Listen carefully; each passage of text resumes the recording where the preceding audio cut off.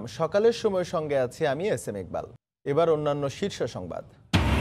বিশ্বে শান্তি প্রতিষ্ঠায় অঙ্গীকারবদ্ধ বাংলাদেশ, কাজ করে যাচ্ছে জাতিসংঘের সঙ্গে কাঁধে কাঁধ মিলিয়ে। ৭৫তম বার্ষিকী উদযাপন অনুষ্ঠানে প্রধানমন্ত্রী। স্বাস্থ্য অধিদপ্তরের আরও ৪৪ কোটিপতির কথা জানালো দুদক। ১০০ কোটির মালিক ড্রাইভার মালেক ১৪ দিনের রিমান্ডে। আটকের ১.৫ ঘন্টা পর মুচলেকা দিয়ে ছাড়া পেলেন ডাকসুর সাবেক ভিপি নূর, জানালো ডিবি। চিকিৎসা নিয়েছেন ঢাকা মেডিকেলে। ধর্ষণ মামলার প্রতিবাদে বিক্ষোভ থেকেই সহিংসতা। রাজশাহীতে ৮ বছরের শিশুকে আসামি করল কারখানা ও প্রতিষ্ঠান পরিদর্শন অধিদপ্তর। এবং করদাতাদের গোপনীয় সব তথ্যই এখন অন্যতম প্রতিদ্বন্দ্বী ভিয়েতনামের হাতে। অস্বীকার জাতীয় রাজস্ব বোর্ডের, ঝুঁকি থাকলেও শোধ করা হয়েছে প্রকল্পের সম্পূর্ণ টাকা।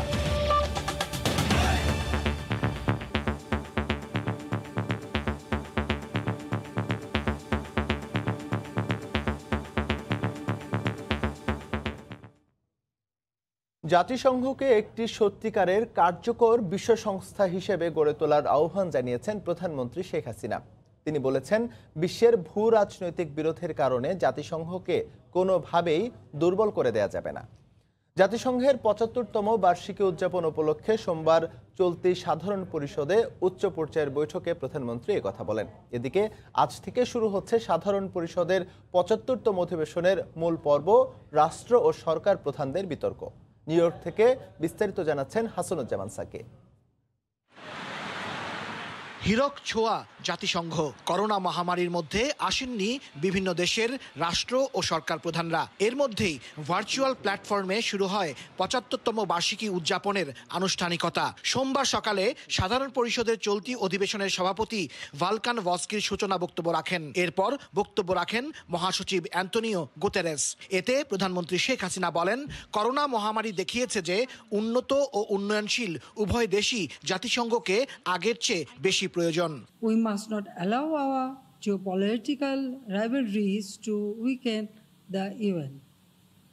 We owe it to the founding fathers and future generations to make the UN a truly effective global body for humankind as a whole. Mr. President, we have seen moments in history that made us regroup to change the course of human civilization.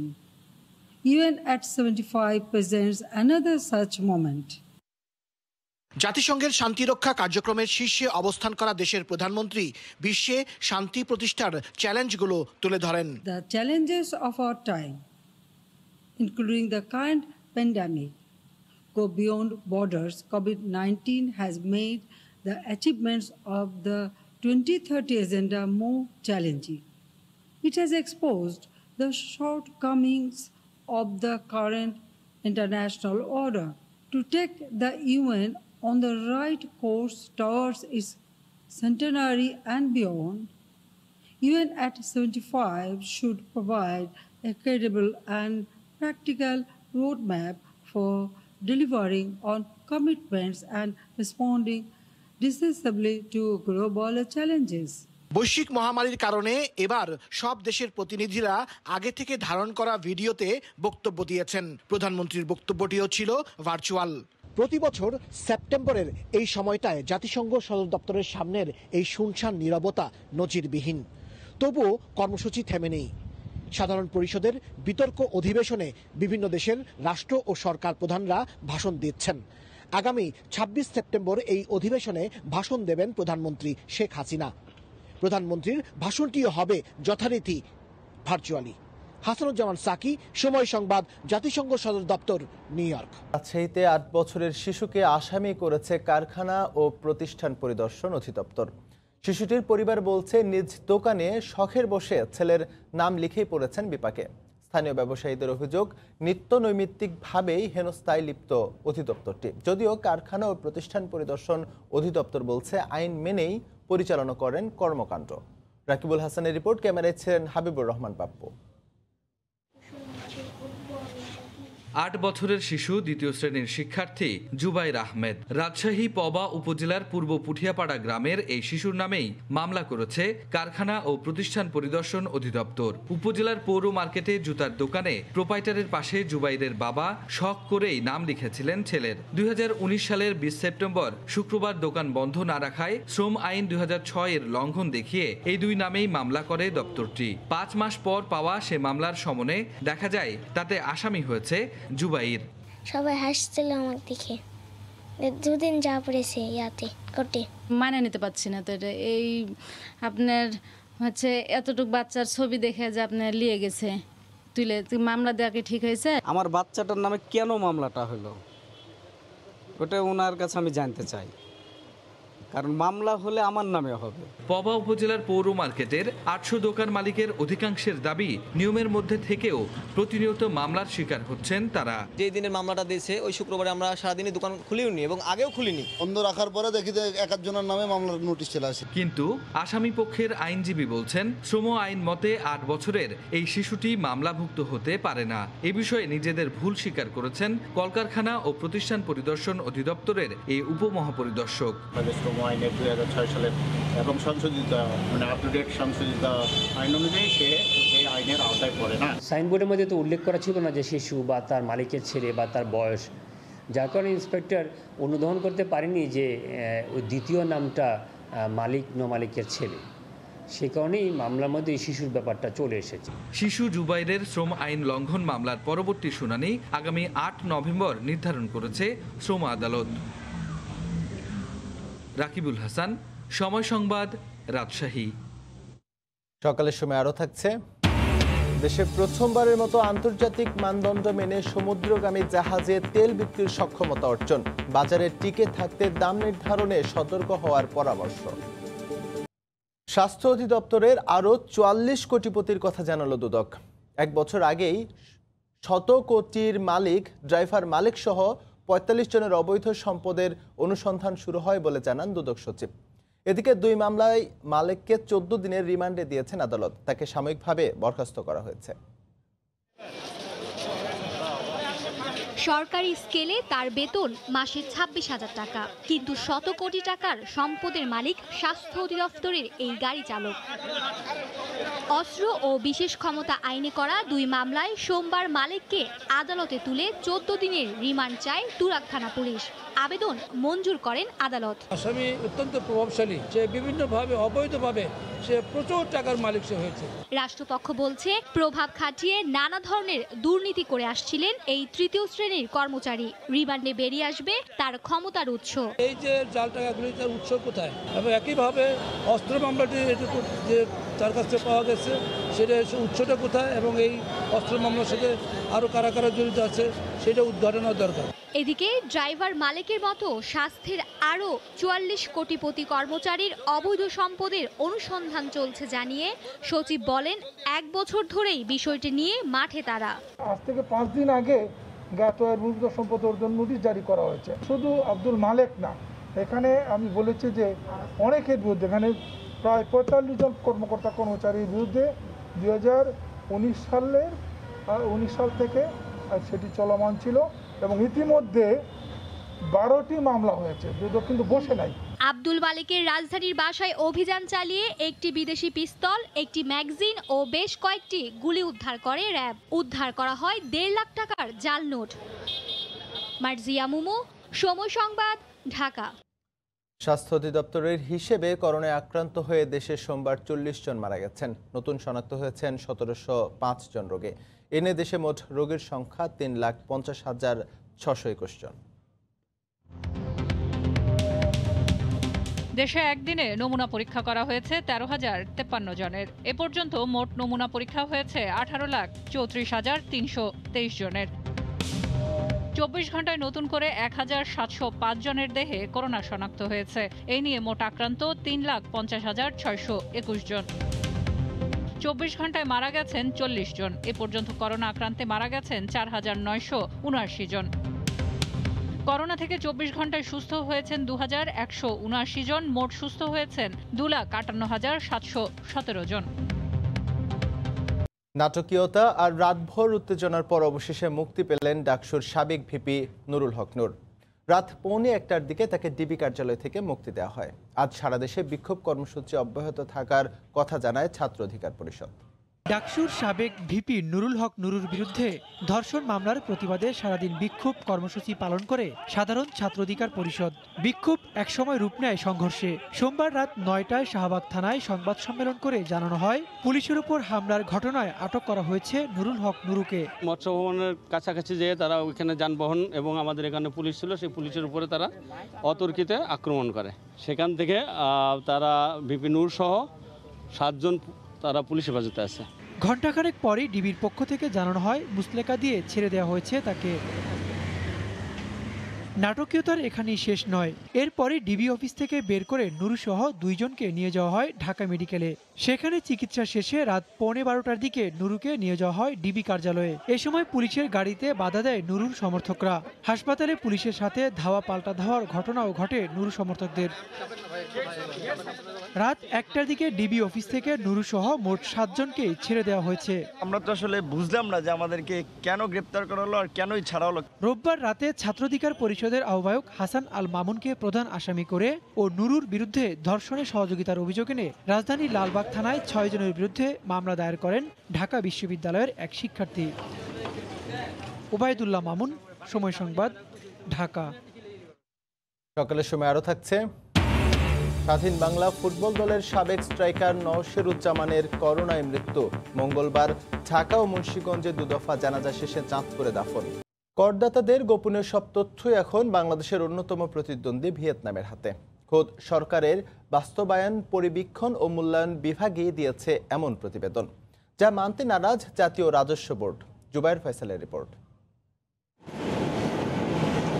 তৈরি পোশাকের রপ্তানি বাজারে বাংলাদেশের সবচেয়ে বড় প্রতিপক্ষ Vietnam. বাণিজ্যের আরও অনেক শাখায় প্রতিযোগী দেশটি।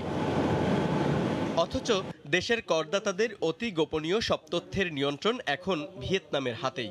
অবিশ্বাস্য হলেও এনবিআরের সরকারি ব্যবস্থাপনা শক্তিশালীকরণ প্রকল্প SGMP-তে ঘটেছে এমনটাই। আমাদের রাজস্ব খাতের একদম হার্টের একটা প্রকল্প এটা। আমি যখন ওখানে প্রতিমন্ত্রী ছিলাম, আমি 2-1বার তাদের অনুষ্ঠানে গেছি।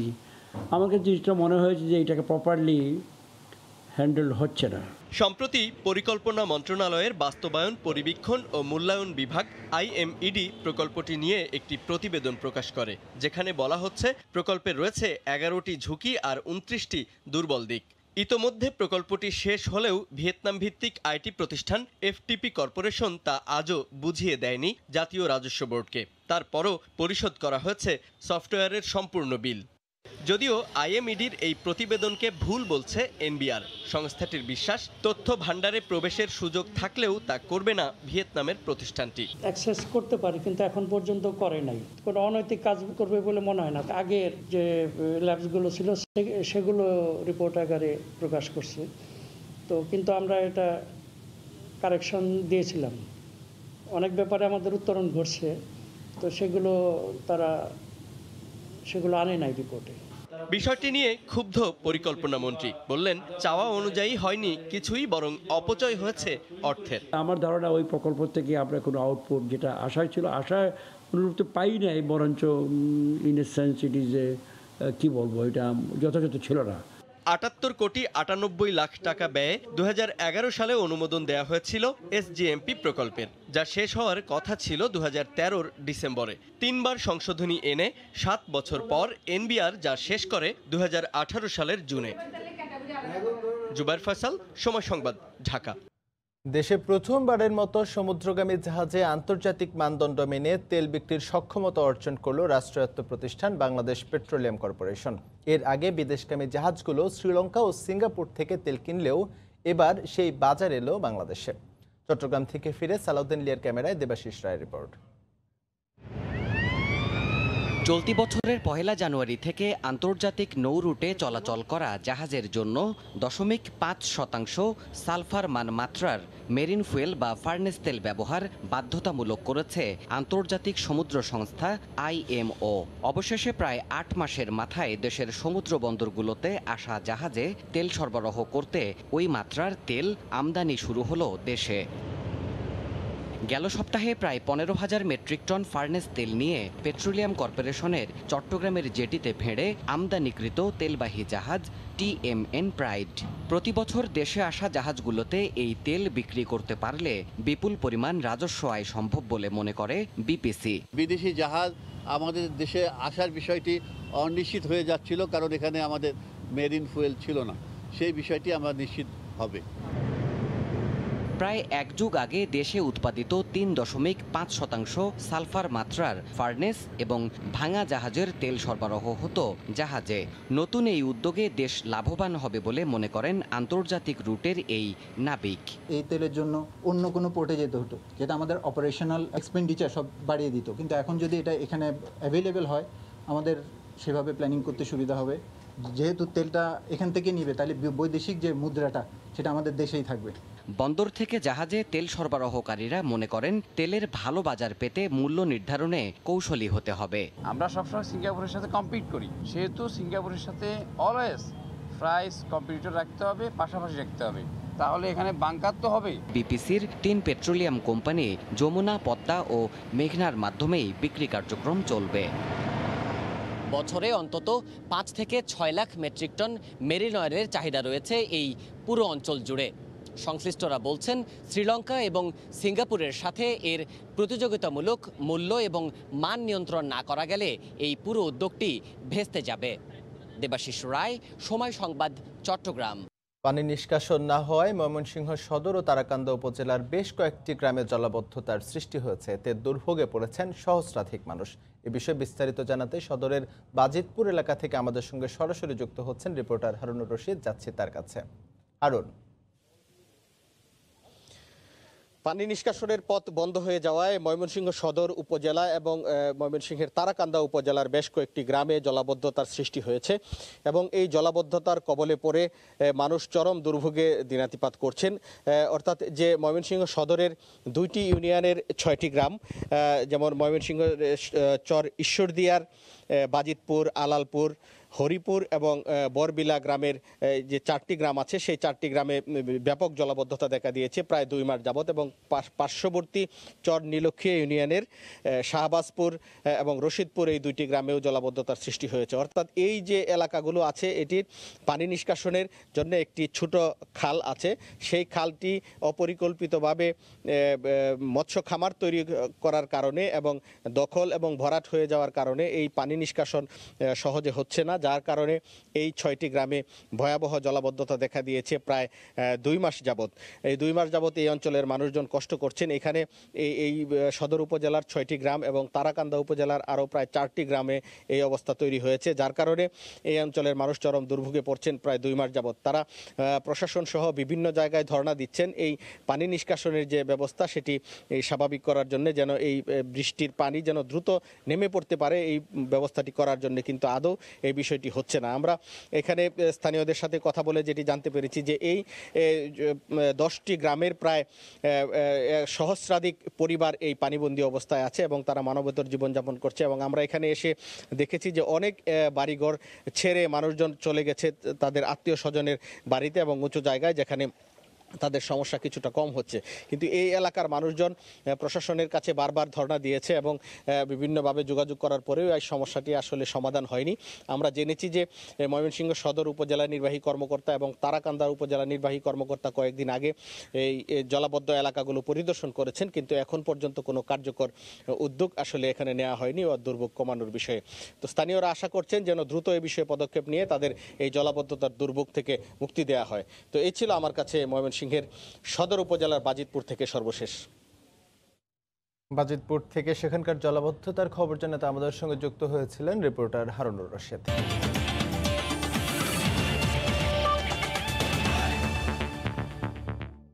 একে একে খসে পড়ছে তারা। বিদায় নিচ্ছেন স্বাধীন বাংলা ফুটবল দলের সদস্য। লুৎফর রহমানের মৃত্যুর মাত্র 2.5 মাসের মধ্যেই এবার জাগতিক মায়া ছেড়ে বিদায় নিলেন স্বাধীন বাংলা ফুটবল দলের স্ট্রাইকার নওশীরুজ্জামান। করোনায় আক্রান্ত হয়ে রাজধানীর একটি হাসপাতালে লাইফ সাপোর্টে ছিলেন তিনি। গতকাল রাত 9:30টার সময় মারা যান অজ্ঞাত হয়ে এই ফুটবলবিদ। সকালের সময় শীর্ষ সংবাদ জানিয়ে দিচ্ছি আবারও। ভূ রাজনৈতিক কারণে জাতিসংঘকে কোনোভাবেই দুর্বল করে দেওয়া যাবে না, অঙ্গীকারবদ্ধ বাংলাদেশ ৭৫তম বার্ষিকী উদযাপন অনুষ্ঠানের প্রধানমন্ত্রী। স্বাস্থ্য অধিদপ্তরের আরও ৪৪ কোটিপতির কথা জানালো দুদক, ১০০ কোটির মালিক ড্রাইভার মালেক ১৪ দিনের রিমান্ডে। আটকের ১.৫ ঘন্টা পর মুচলেকা দিয়ে ছাড়া পেলেন ডাকসুর সাবেক ভিপি নূর, জানালো ডিবি। চিকিৎসা নিয়েছেন ঢাকা মেডিকেলে। ধর্ষণ মামলার প্রতিবাদে বিক্ষোভ থেকেই সহিংসতা। এই ছিল সকালের সময়ের সঙ্গে থাকুন সময়।